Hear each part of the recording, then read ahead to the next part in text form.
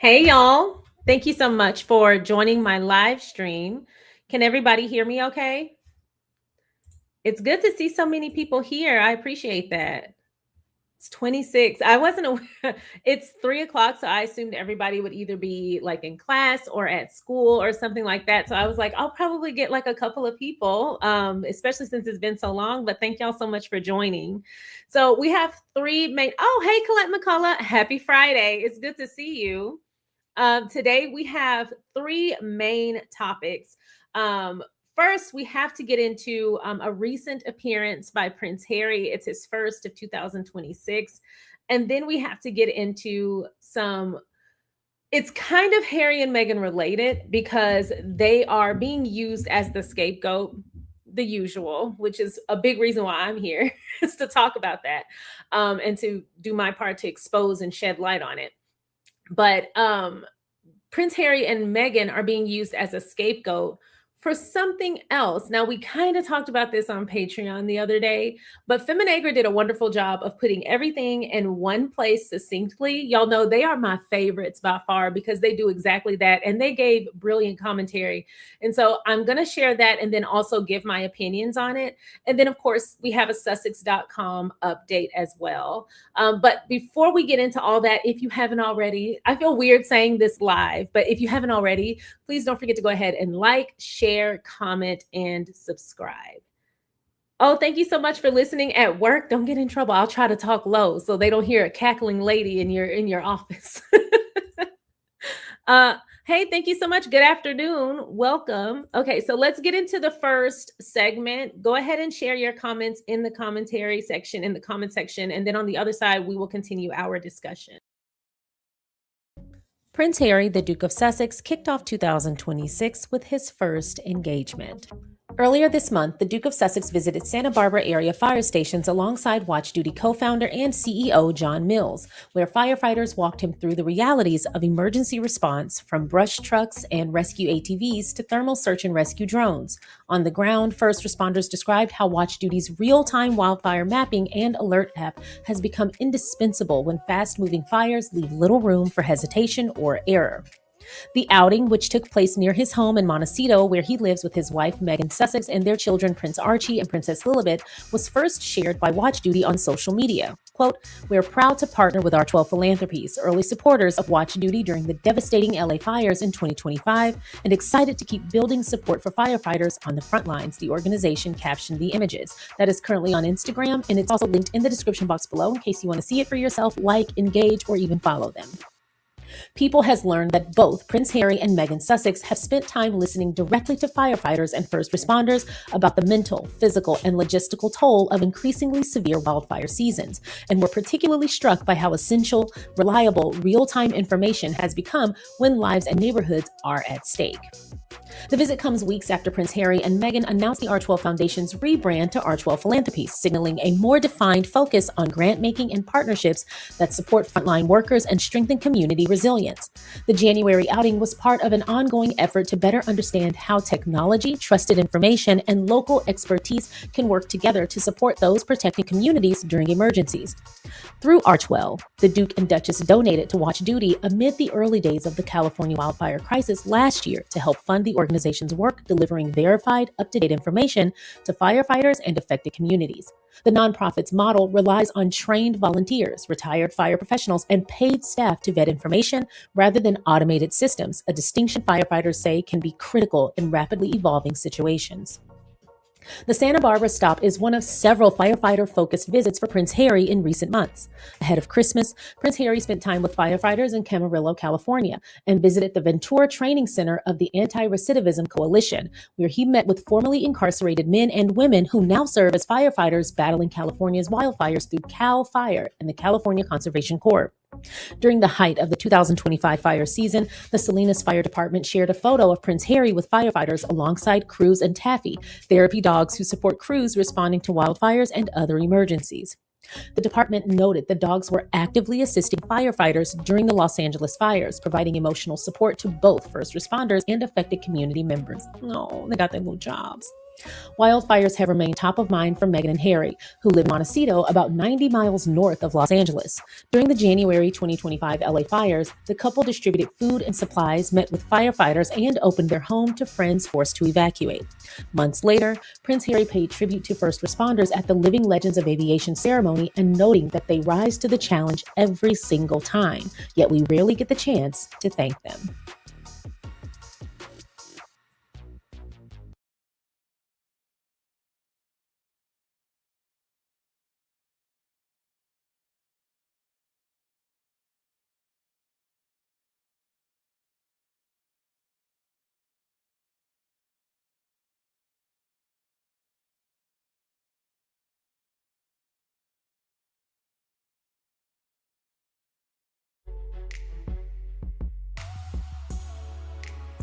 I really appreciate that not only do Prince Harry and Meghan continue to put service workers and first responders as a priority in their work, they are always recognizing people for their very hard work. But one of the main common threads that I've noticed is it's almost always people who are doing thankless but necessary jobs.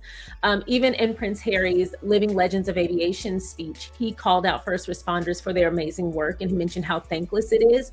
And it's great that they get recognized. Something that was mentioned is how what they do, what this organization does is it takes it out of automation alerts, and it's real-time human alerts from people who are working or have worked in the field. I'm 100% sure that's going to save a lot of lives. While automation is wonderful, there is nothing comparable to the human touch, especially when there are emergencies, because a human can recognize where the dark spots are, where the most forgotten areas. They can hear the actual screams. They can hear the calls for help. They can see the signs on the roof and things like that. And so automation, while that's wonderful and it helps and it definitely makes things more convenient, I really appreciate that they're combining technology with the human touch and the expert eye. I think that's genius, and I love that Archewell got behind them. They are always calling out and highlighting these really great organizations that I never would have come in contact with or even learned about. And so I think it's great that they continue to put them on their platform. That's wonderful. Oh, let's see. So I'm seeing some of your comments come in. So let me read some of the comments. Hey, Lottie, it's good to see you. You always have such a lovely profile picture. Lottie says, I noticed that William and Kate Middleton are running like a thief, and I love it. Yes, we actually talked about that on Patreon too, is allegedly they have built their schedule around Prince Harry's visit to the UK. They've built their schedule so that they are hundreds of miles away. And I talked about it on Patreon too, about how petty that is. There is nothing that just goes to show royalty doesn't change that you are human, because there is nothing more annoying than when someone owes you something and then they dodge you like you're the problem.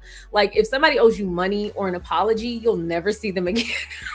I swear to you, that is how they are behaving. They know good and damn well they owe Harry and Meghan an apology. And if nothing else, they at least owe them cordiality. The fact that they're dodging them, it just goes to show that they are such small people. They are very, very small people. If you can't admit that you're wrong or that you've done wrong, you are no fit to be a leader. Gwendolyn Daniel said, Gwen Daniel says, they're like snakes slithering away. And you know what? Sometimes the trash takes itself out. So I can't be too mad. Oh my goodness. Okay, so we're going to get into the next, we're going to get into the next segment because this one is a little long. I wanted to make sure that we have enough time to have a discussion.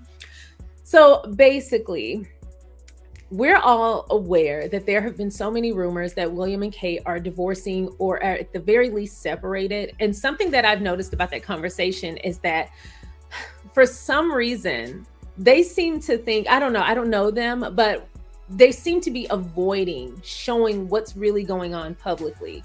Yet they love to put up this facade that they're transparent and that they're honest, etc. But it's all smoke and mirrors. And what bothers me about that is that they're equal parts deceptive and equal parts dumb. And the reason I say that is because more than anything else, they want to feign relatability. That doesn't mean they want to be relatable. They want people to think they're relatable, which is why they are always copying Harry and Meghan. And then when Harry and Meghan don't post or aren't seen for a while, they have nothing else to do. So then they go back to their old format. And then when Harry and Meghan post or are seen out somewhere, then they copy them again. It's really weird that they do that. They switch in and out of character. It's very strange. But if they were to just keep it real and show, if this is the case, and show that they're separated, that in and of itself would make them relatable to a lot of people. Now, would it make them likable? No, because the reason they're unlikable has nothing to do with their relationship status, but it would make them relatable. And seeing how keeping up that secret and keeping up that whole facade and trying to maneuver two separate households covertly when you're being watched, seeing how that didn't work out for Charles and Diana, I would think that they would take a different approach. But something about the royals, they are going to stick to an archaic playbook if it kills them. And it certainly will kill them.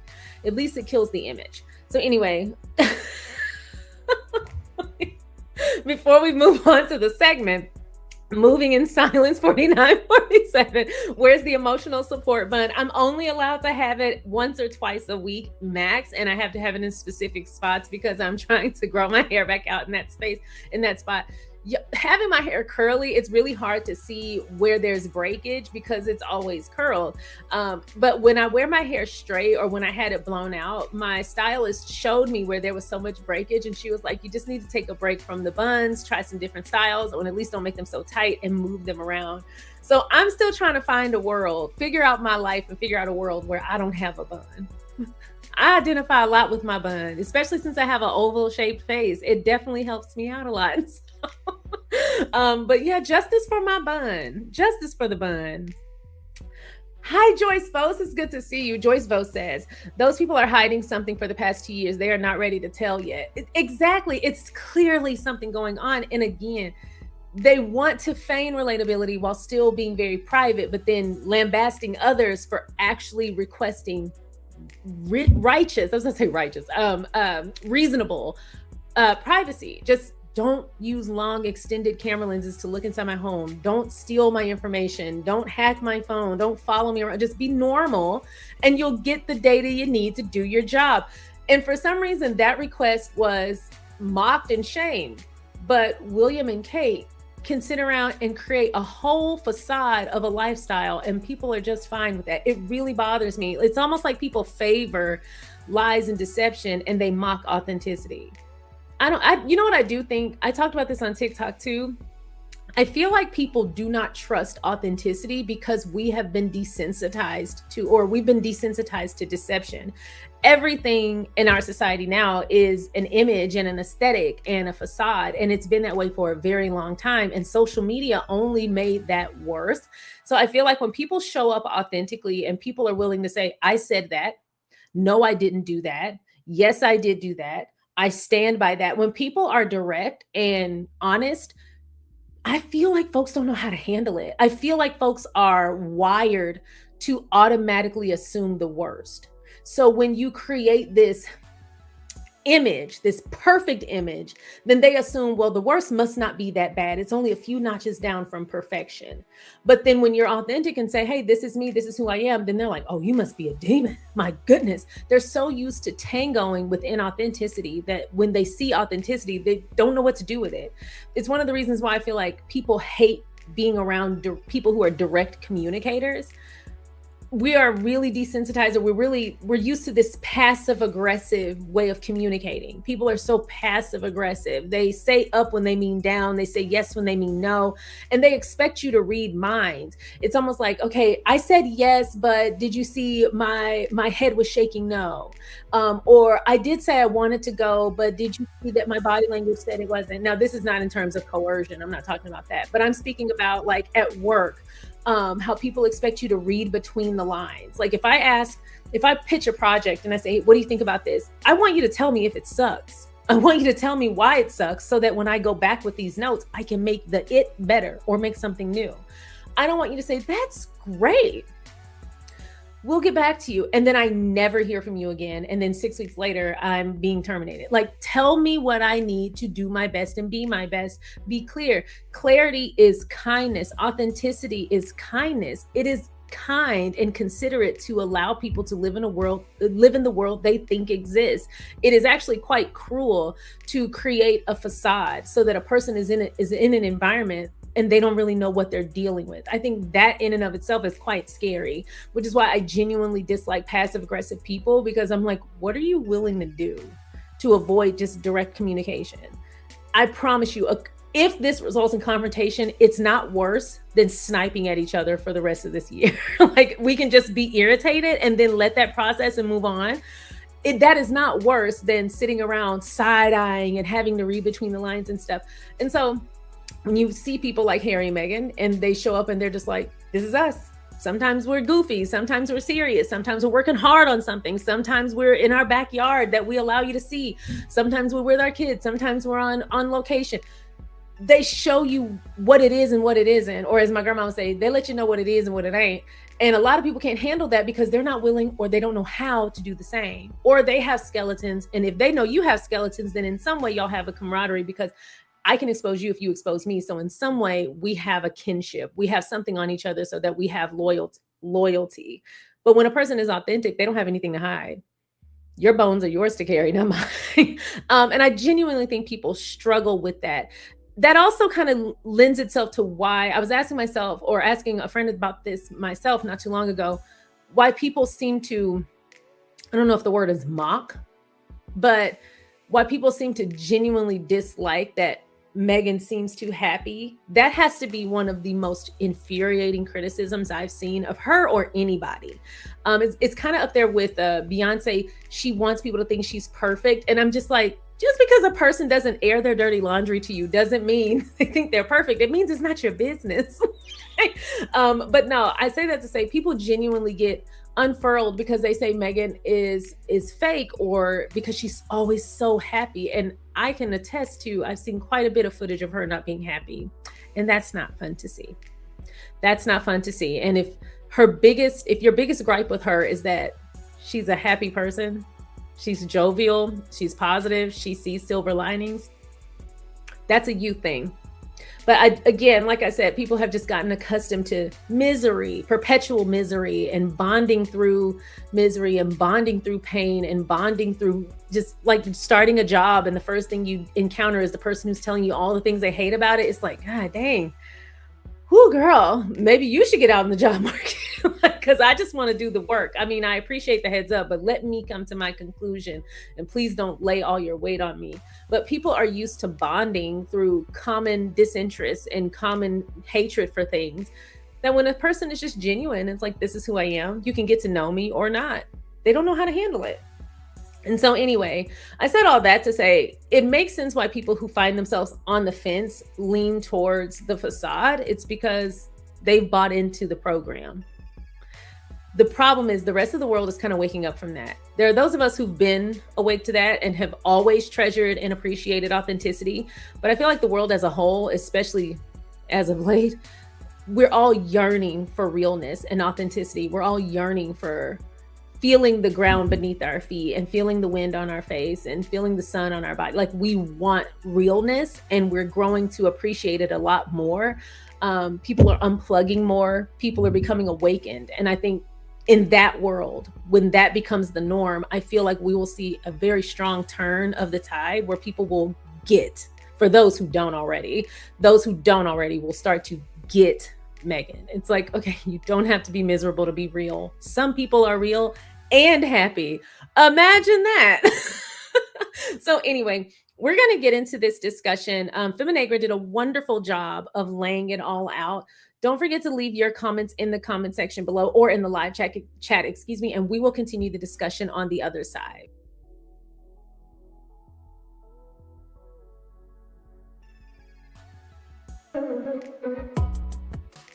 Another day, another rumor. This time, allegedly Harry and Meghan are, quote, drifting towards a divorce. I know. When I saw that, I laughed and just kept scrolling. I didn't give it any engagement, but I did see that people were desperately trying to get this story to take root and to spread, and of course, it didn't. But something interesting crossed my mind and the minds of many others, particularly Feminagra. Given what we know about how the royal family and the media work together, the rumors about Harry and Meghan are actually quite telling regarding another royal couple. Feminagra breaks this down brilliantly, and of course I have thoughts. Once again, this article is coming to us from Feminagra. It's written by Miss Historian, and it's titled, What the Meghan and Harry Divorce Rumors Reveal About the State of the Wales Marriage. Now, I'm going to add a little extra, if you can even call it that. The reason I say that is because if you have even followed along in a very remote manner, if you're barely tapped in, you have absolutely seen the headlines and the rumors circulating that the Wales are either divorcing or clearly separated. And if you didn't see or hear about that, then you certainly heard about the Rose Hanbury rumors that William was carrying on an affair, including people who were willing to speak to outlets as eyewitnesses, saying that they saw them out to dinner and he gave her a necklace for Valentine's Day. I mean, the rumors have been quite detailed and they've been running rampant for years. Not only that, if you missed all of the other stuff, then you certainly saw the coverage of the children, the Wales children, doing what appeared to be a drop-off from Forest Lodge to Kensington Palace without their parent, without Kate in tow, which looked like they were going from mommy's house to daddy's house. And if you missed all of that, if you even sneeze in the direction of the Waleses online, then you certainly have seen the many, many, many instances of their outright disdain, disrespect, and abhorrent behavior towards one another. He gripes at her. He snaps at her. He pulls away from her. At times, he gives her outright scowls and looks like he's reprimanding her. And that doesn't mean she hasn't had a moment or two herself. They did a Christmas special one time where he tried to put his hand on her shoulder or back or something, and that woman damn near did a backflip out the window. I said, my goodness, I didn't know she was in acrobatics. Regardless, they have clearly shown disdain for one another. She's quick to get him together with an evil eye, and I have to be honest, I have noticed that too. To be fair, being married to either of them just seems like a complete drag, and that's about as much sympathy as they'll ever get. They seem quite equally yoked, if I don't mind saying so myself. So anyway, we know that they seem miserable at the very least. It is likely they're separated, and given what we know about Princess Diana's divorce from Charles and how for years before they separated officially, or the public knew they were separated, and years before they divorced, they were quietly separated, and they had a very specific playbook that they played by so that the public was not privy to their separation. She shared this in Diana, Her True Story, in her own words by Andrew Morton, which I did recap. And it's clear that the royal family do not deviate from their playbooks. So it makes sense that William and Kate are doing the same thing. And many of the things Princess Diana mentioned that she and Charles did when they were separated by hiding it from the public, we now see William and Kate doing. It makes sense. But another aspect of William and Kate is that we have known how the royals on that side continue to use the media, and they use Harry and Meghan as a deflection point to keep up their agreement with the media, to sell them stories, to deflect from what's really going on with the royals. With all that in mind, anytime anything negative comes out about Harry and Meghan, don't look at Montecito, look at the UK. Something's afoot with the royals, and it seems like that's what's happening now. So Feminegro breaks this down in a very succinct and brilliant fashion. Of course, I have thoughts, so we have to get into it. Now, if you are watching along during the live stream, thank you so much. Please don't forget to like the video. Sometimes live streams, it can be easy to forget. Please don't forget to like the video, share, and comment. And if you haven't subscribed yet, what are you waiting on? Don't answer that, just subscribe. The media has spent days insisting that Meghan Sussex and Prince Harry are drifting towards a divorce. The claims arrive thick with certainty and thin on proof, as there are no documents, no on-record sources, and no proximity to the couple's actual life. The same outlets that missed Meghan Sussex's UK business collaboration entirely, yet now claim clairvoyance over her marriage. That contradiction matters because it exposes a familiar pattern. When scrutiny builds around the Prince and Princess of Wales, the spotlight shifts west to California. Divorce chatter floods the space and does the work, revealing that every accusation is a confession about the Wales. The Sussex divorce story has no sources. Recent headlines recycle the same language: divided priorities, huge test, truly broken, and backup plan. Each phrase traces back to anonymous sourcing, often laundered through Radar Online before appearing in women's media and tabloids with softened attribution. The certainty increases as the evidence disappears. Prince Harry traveling alone sparks instant speculation. Meghan Sussex smiling beside her husband gets recoded as tension. The press treats ordinary marital movement as evidence of collapse. Yet, none of these stories explain how reporters suddenly gained access to private marital decisions they have never managed to access before. It's almost like it's magic, right? The British media did not know about Meghan Sussex's recent UK collaboration with Spree. It also failed repeatedly to predict the Sussex's commercial moves. Reporters confidently claimed Netflix had dropped the couple, citing unnamed insiders. Netflix itself later disproved that narrative. Those same insiders never reported Meghan's first look deal, a standard arrangement routinely offered to established creatives. There were no rumors about Netflix was investing in Meghan's business, as ever, which Meghan Sussex disclosed herself on Instagram in February of 2025. Even more telling, the press failed to report that Ted Sarandos, Netflix's co-CEO, had expressed satisfaction with Meghan's work. Those same insiders failed to report Meghan Sussex's appearance at Paris Fashion Week or Prince Harry's visit to Ukraine. Yet readers are asked to believe that they possess precise insight into the state of the Sussex's marriage. These sources consistently miss strategy, timing, and real-world movements, but suddenly claim authority on a private marital collapse. The media's coverage relies on projection rather than reporting. It fills the informational space with wish fulfillment rather than cold facts. Now, before we continue, I just have to say, not only is she right about this, not only is she 100% correct, but also how pathetic that these people are hoping for a marriage to collapse. What the press knows about William and Kate. While the Sussexes absorbed marital speculation, documented developments around the Waleses received careful handling. Last year, Prince William hired the firm that handled Princess Diana's divorce. The palace press insisted the choice signaled independence from King Charles, but the explanation never fit. A man set to inherit titles, estates, and wealth does not prove autonomy through a divorce firm tied to his parents' split. Exactly. This month, William hired a crisis manager. Again, coverage pointed elsewhere. It blamed Harry and Andrew Mountbatten Windsor. It avoided the most obvious context. Crisis managers enter when reputation requires control and to contain fallout. Then came the visuals. Video showed William arriving with Prince George and Princess Charlotte carrying overnight bags, dogs in tow. Anyone familiar with shared custody recognizes the image. The press declined to explore it. At the same time, since her cancer-free status has been announced in September 2024, reports say Kate Middleton would not undertake a major foreign tour, while William would travel alone. Articles framed the separation as health, discretion, or modern royal working patterns. The words softened the reality. And that was largely true, as most of William's 2025 engagements did not include the Princess of Wales. Kate did not attend Earthshot in Brazil with William. She withdrew from Ascot at the last minute. Her joint engagements were limited to tightly staged appearances, and her annual engagement count remained among the lowest reported. Kate was described as downsizing and living on her own terms in Forest Lodge, while William continued to work from Kensington Palace. The timing explains the tactic. Each time questions surface around the state of the Wales marriage, a fresh wave of Sussex divorce stories follows. The surge creates noise and redirects attention. As documented by observers as far back as 2023, Meghan Sussex and Prince Harry are repeatedly used as a narrative shield whenever scrutiny drifts too close to William and Kate. The double standard remains stark. If Harry collected his children with overnight bags, the press would declare a marital emergency. And when Meghan had traveled separately, headlines speculated for days that she was seeking to file a divorce. However, when William does both, reassurance to the public follows. When Kate disappears from the schedule, the press calls it healing.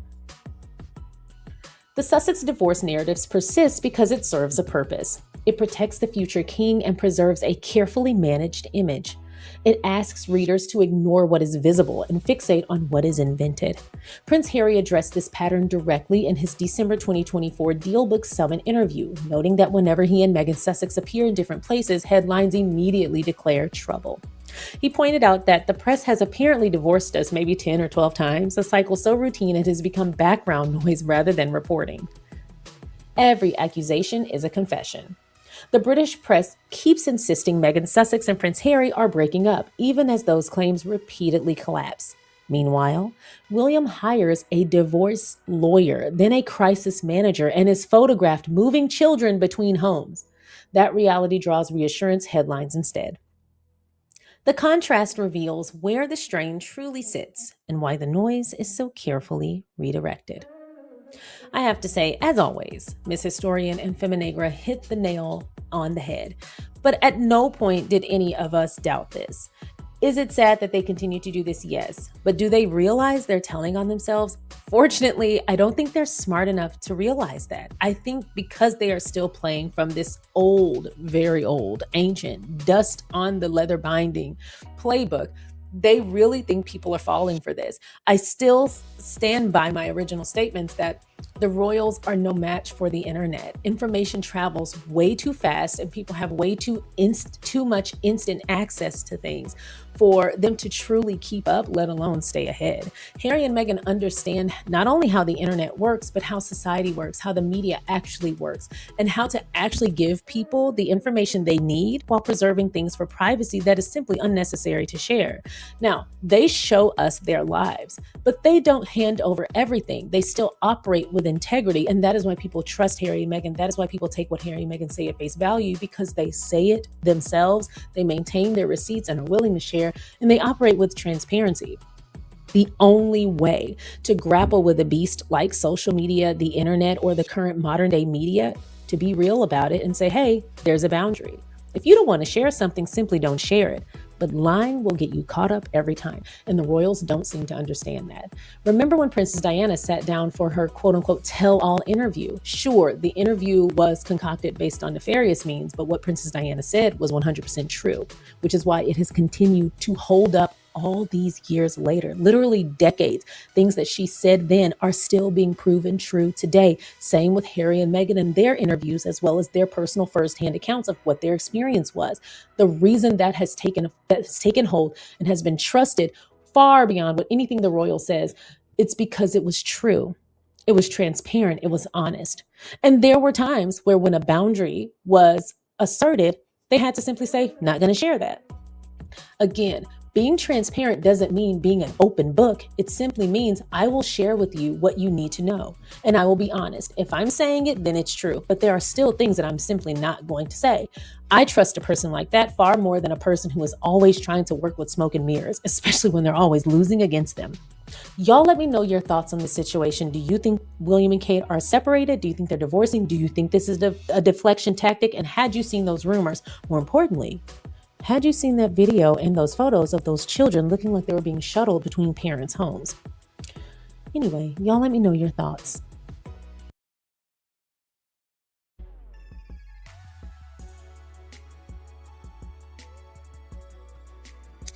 So, like the article said, It's all deflection. And one of the things that I really appreciate about Feminagra is that they don't beat around the bush. They are very direct. And again, I appreciate the clarity. I love Miss Historian. She does her research. She does a wonderful job of doing her research, and they are always on point. But they're right. It's just a deflection tactic. The fact that people act like, or the media, not people, the media likes to act like Harry and Meghan traveling alone or doing things separately here and there means that they're divorcing is crazy. And I always wonder how many of the people who report in that manner, how many of them are actually married? Because I can assure you, married people don't always do everything together. As a matter of fact, I feel like when I got married, we were able to do more things separately because we knew we had forever. Like, we know that we can explore different interests and common interests, and it doesn't mean anything about us. Do we try to do as much as we can together? Sure. But like my husband, when he used to do work trips when we were dating, I used to go on all of them. And then when we got married, I was like, well, back then we had separate places, but like once we got married, I'm taking care of the house. I still have my obligations and things like that. So we stay in communication, but I don't go on every work trip. Sometimes I go, sometimes I don't, but I'm not going to be like, pouting if I don't get to go. And because we've been married for so dang long now, we know it doesn't mean anything about us if we do things separately. There are times where I visit with my family. If he can't make it, I'm not going to be mad and pouting. We have forever. And at the end of the day, yes, we are one, but we are also still two people in one union and sharing one soul, one union, one relationship. But we're still two people, and there are still things, interests, people, jobs, work, what have you, that we will want to engage in. I don't personally see it as weird when married couples travel separately. I actually see it as kind of a testament to the strength of their relationship, that they don't have to be attached at the hip to feel connected. And I feel like the longer you're married, the more you kind of come to that conclusion. Again, there are some people who they are always together and able to operate in tandem, and that's great. And I feel like once we retire, we'll probably be that couple. But now we're still pursuing separate things and things together and things like that. We're married. So I guess I always laugh at those headlines when people say things like, oh, well, Meghan was in Paris, but where was Harry? Trouble in paradise. And I'm like, or they have kids and they have lives and they have a foundation and they have partnerships and they both have jobs. They both have obligations together and separately.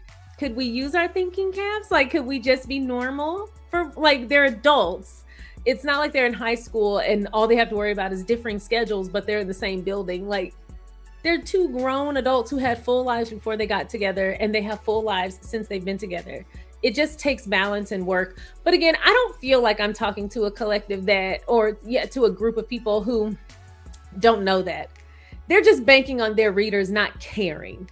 They're banking on their readers believing their nonsense because they know the people who do believe that nonsense are apt to believe that because I don't want to be cruel or unkind, but they're not that bright. And so that's why a certain type of person reads those things and actually takes it at face value, because they might not have the mental capacity to actually do a little due diligence or even just have a little common sense applied and say, that doesn't make sense. Married people do things separately all the time. Like, they've got forever. But anyway, again, just like Feminagra pointed out, it's deflection. As always, it's deflection, and that's not a surprise to anybody. Now, I will say what was quite telling was those photos and that video of Prince George and Princess Charlotte and the dogs with their overnight bags. I did expect, once that came out, I expected to see something negative about Harry and Meghan published, and because that's their way. Again, they're still playing from a very old playbook. But I was like, goodness, see, some of the other stuff, they explain in a way, does it make it believable? No. But that was telling. And Mr. Eco Warrior shuttling his kids via helicopter. Okay.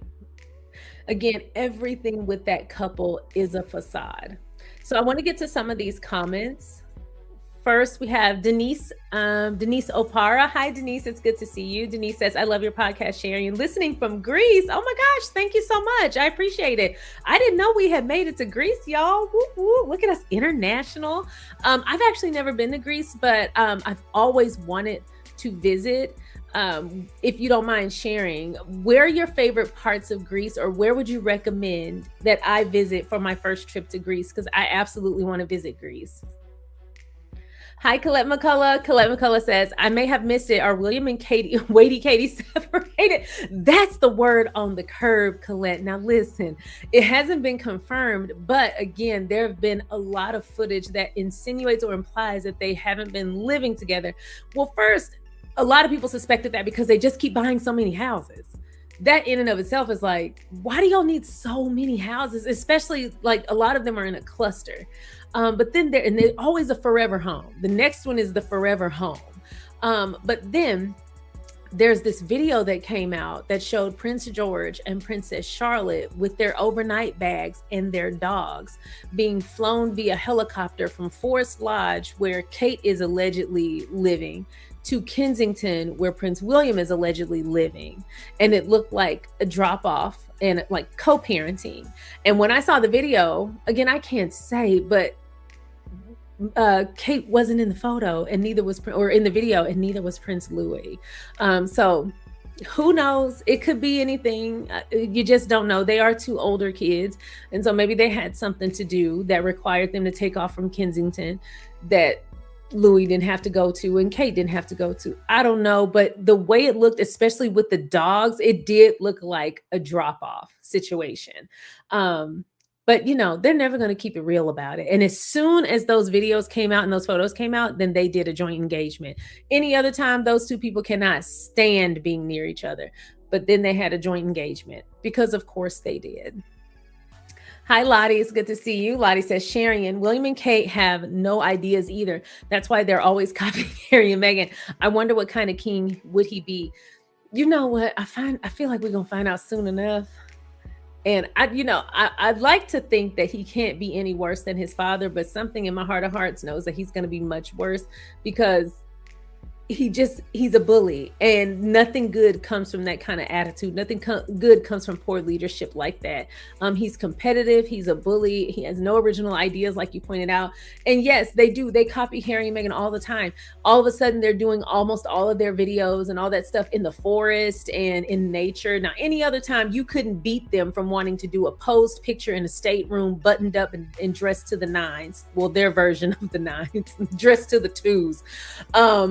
Let me stop being mean. Any other time you couldn't beat them. Then Harry and Meghan, they embraced being outdoors. They shared that part of themselves with us, shared how they're connected to nature, how they enjoy connecting to nature, how they enjoy being in their backyard and just exploring and just doing outdoor stuff. Now, all of a sudden, you can't get Kate out the mud. You just can't stop. She rolling around in the sand. They making out at the beach. And now they just can't get enough of nature. I've never seen her barefoot more than when Meghan came around. I'm like, okay, now, first of all, you looked at Meghan like she was crazy when she was barefoot at home making dinner for y'all. And now all of a sudden you walking in the forest barefoot with a new ring. Diana's ring barely seen anymore. It's just all so much deception. It's very crazy. Hi, Moving in Silence. Moving in Silence says, wait, isn't Rose married now? Her husband must be mad with these stories. Okay, so let me see if I have an image of Rose. I thought I did. I can show you her husband. He's the 7th Marquess of Cholmondeley. No, I don't have a photo of him, but yeah, he's significantly older. And the rumor is, again, I cannot say for sure, and I like to properly identify when I'm speaking from knowledge versus a perception or a rumor. The rumor is that Rose Hanbury's husband, he wanted arm candy and someone to take care of home and to give him babies. And she wanted financial security and status. And apparently people have been saying, I don't know if this is true, people have been saying this for years, that she is a beard for him. I don't know. And so he may care, he may not. With those types of people, those aristocrats and all those people, you don't know what's real and what isn't, and what's said about them, if it's true or not. You can never tell, but I just know rich people and wealthy people are just into some strange things. And arranged marriages are nothing new. So if their situation was an arranged marriage, like it's alleged, I wouldn't be shocked. A lot of people actually have been claiming that her youngest child belongs to William, and that's why she doesn't show that child, because that child apparently looks like Princess Charlotte, like identical. I don't know. I have never seen her. And I don't know if that's true, but that's all part of that same rumor. And then once that rumor reached Jimmy Kimmel, that's when her lawyers put out a statement, basically denying that she was William's mistress. Royal mistresses and side guys would absolutely not be anything new. Obviously, you got one as the queen right now, the queen consort right now. So clearly, there's a path forward. there's an ascension plan for the mistresses. I guess she broke through that glass ceiling, didn't she? Hi, Mina Ruth. It's good to see you. Mina Ruth says, "Trust me, William is going to be way worse than his daddy." I unfortunately agree. Yeah, I think so too. I agree. And listen, as an American, I can certainly tell you it sucks when you are under poor leadership. Oof, if you can call what I'm experiencing leadership. It certainly sucks. So I'm praying for y'all. Hopefully, y'all are praying for us. We need it now more than ever. Anyway, we have one more segment to get to. So continue with the conversation in the live chat, and we'll continue our discussion on the other side. Thank you so much for watching the SharionSade YouTube channel. I appreciate you watching my content. If you haven't already, please don't forget to go ahead and like this video by hitting the thumbs up. Please don't forget to subscribe by hitting the subscribe button. And don't forget to comment along the way. If you feel so inclined, please don't forget to share so that more people can find us. Once again, thank you so much for watching. Now let's get back to the video. So I wanted to conclude today's live stream with an update directly from Sussex.com. The title of this update is New New York Initiative Aims to Clean Up Tech's Unintended Consequences. Archewell Philanthropies applauds New York State's leadership in launching protections for the digital age through their new Office of Digital Innovation, Governance, and Trust, DIGIT. In particular, the office's stated approach to proactively requiring labels on AI-generated content, prohibiting deceptive online scams, and strengthening data privacy protections showcases the full range of so-called, quote, unintended consequences resulting from an online world with no rules. It also begs the question of why the technology could not have been developed with safeguards in place from the start. So individual states and countries would not have to clean up the mess piece by piece. You know, they're asking the questions that need answers. Now, one thing I'm very happy about is that New York is leading the way and making sure there is a label on all AI-generated content. That should have been the case from the get-go. I absolutely agree with Archewell. Nevertheless, this announcement builds on additional important online protections, especially for young people, put forward in New York in recent years. New provisions include protections for children and teens' private data, restrictions on addictive features built into social media design, and safeguards for AI chatbots aimed to protect mental health. The new Teen Council put in place to oversee the implementation of the New York restrictions on phones in school further demonstrates an understanding of the importance of integrating young people into policies meant to protect them. We hope to see leaders around the world follow in this direction, taking a holistic approach to the many ways new technologies impact daily life. Leadership in the digital age looks like putting citizens first and focusing on how innovation can serve people, not put them in harm's way. Once again, this update is directly on Sussex.com. You can also get here by archewell.org, and it's linked in the description box below. This is a continuation of their work in the online safety space. This is actually one of my favorite spaces on their platform that they use, or one of my favorite spaces to report on from their platform in their advocacy work, because it is absolutely at the cusp of what's happening right now. There are so many different things. Now, again, I respect all of their work, but this is the area where I have just taken a keen interest, because as someone who, quote unquote, works on social media, but also as a millennial who saw social media pretty much spring up overnight, I can tell you that it doesn't have to be this way. We used to have social media, and social media was fun and served us. We weren't creating lives around showing them online. We were living lives and sharing it online to our discretion.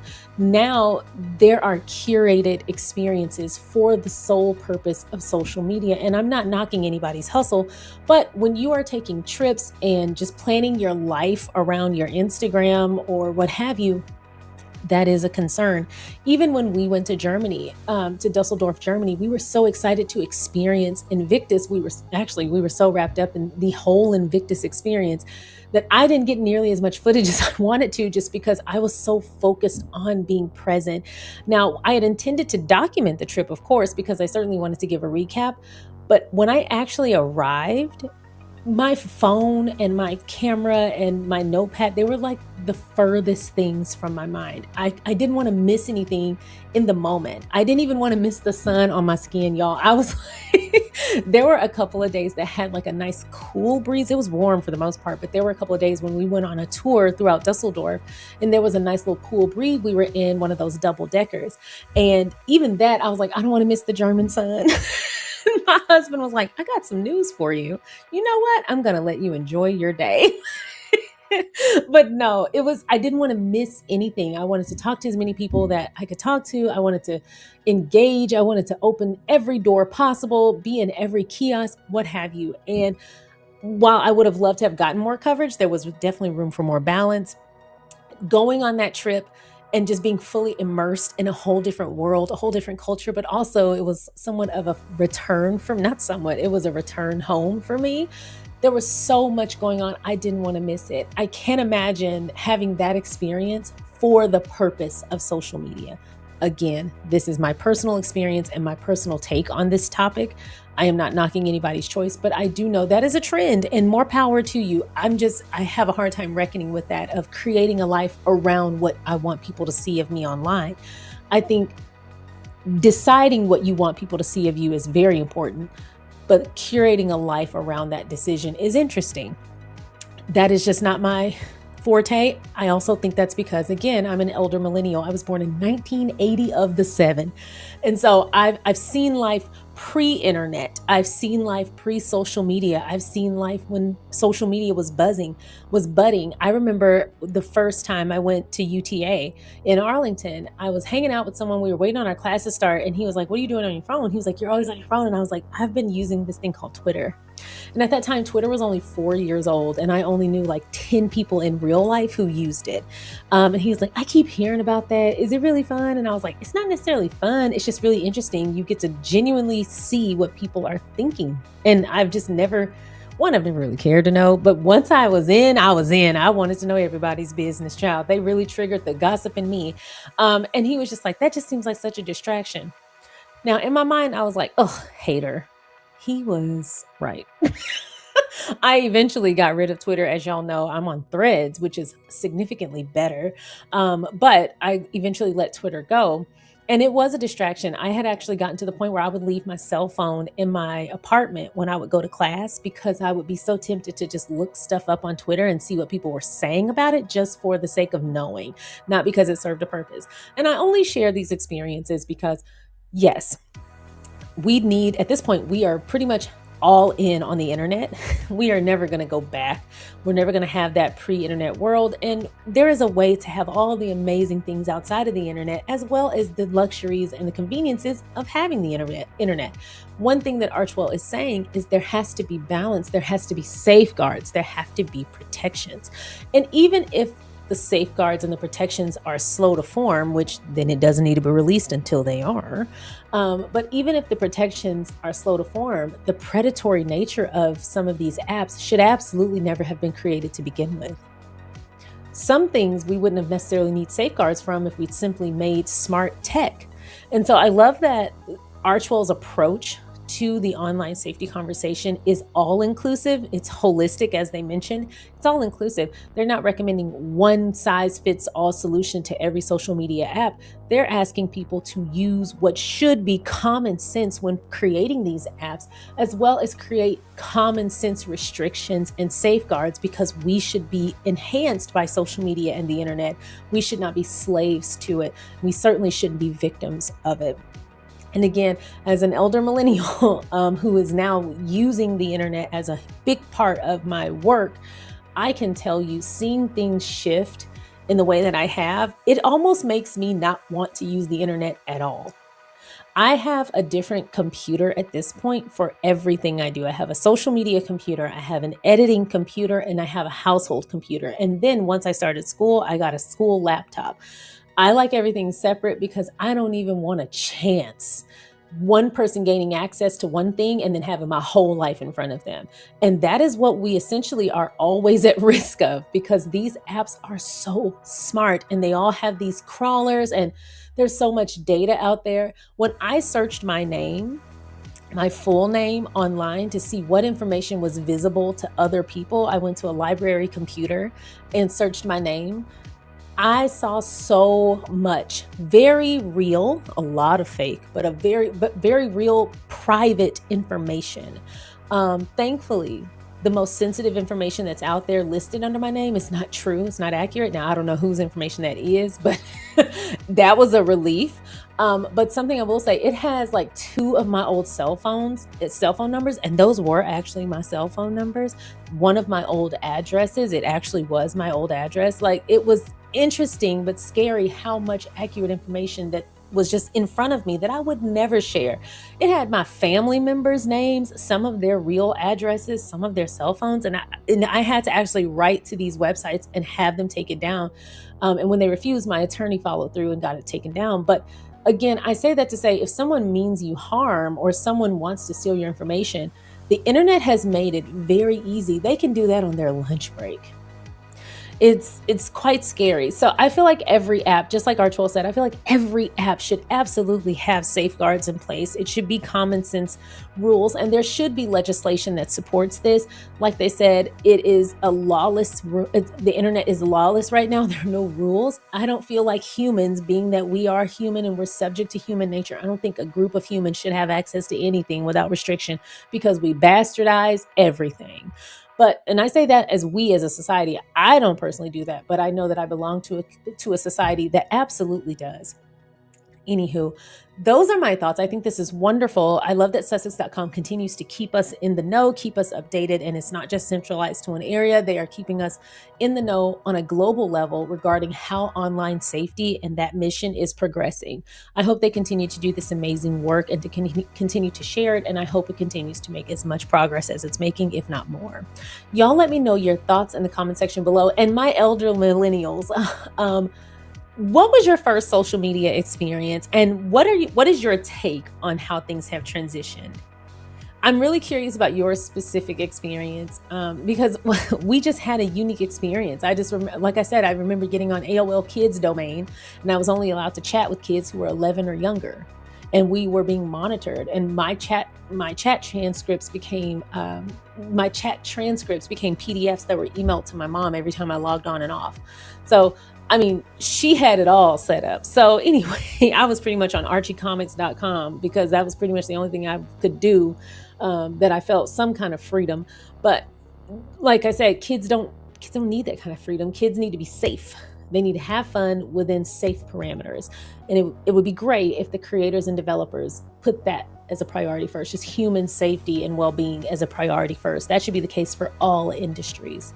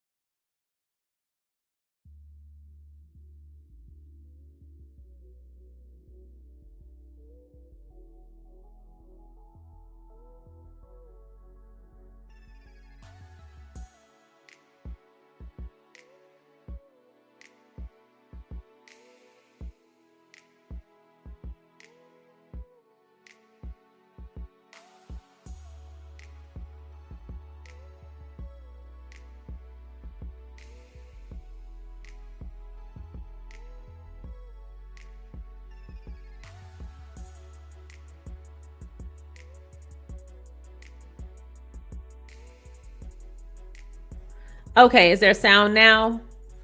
All right, there you go. Thank y'all so much for letting me know. And I said, Colette McCullough, thank you so much for the compliment. I realized that my mic had turned off some kind of way. I got this little sound thing that came with the microphone, and it's been helping in the videos, but it just keeps turning it off. I'm still getting used to this, some of this equipment. So sorry about that, y'all. All I was saying was, if you haven't already, please don't forget to go ahead and like the video. Feel free to share so that more people can find us. And if you haven't already, feel free to subscribe. Patreon, I went on quite the little rant yesterday. I scrolled and saw some headlines, and I just had a lot of thoughts. And I said, since we have a YouTube live stream today, I didn't want to bombard YouTube with too many notifications. So Patreon, y'all got quite the conversation last night. So when I log off of here, I'm going to go check those comments and reply to everybody. But we've gotten quite a few Patreon exclusive this week, and YouTube members. So I'm trying to do a lot more for the member side. I really appreciate your contribution and supporting the channel and my little media life. So I do appreciate that. So I'm giving you a lot more content now. And we will, again, now that we're at the top of the year, kick off these live streams a lot more. This semester, my schedule is so much more manageable. Oh my goodness. So I can finally kind of get back into my life on YouTube, because last semester was beating me down. They turned me every way but a loose. Anyway, we have a lot to get into over on Patreon, so I look forward to hearing your commentary there. As for everybody here, thank you so much for watching. Again, if you haven't already, don't forget to like, subscribe, and share, and I will see y'all next time. Bye.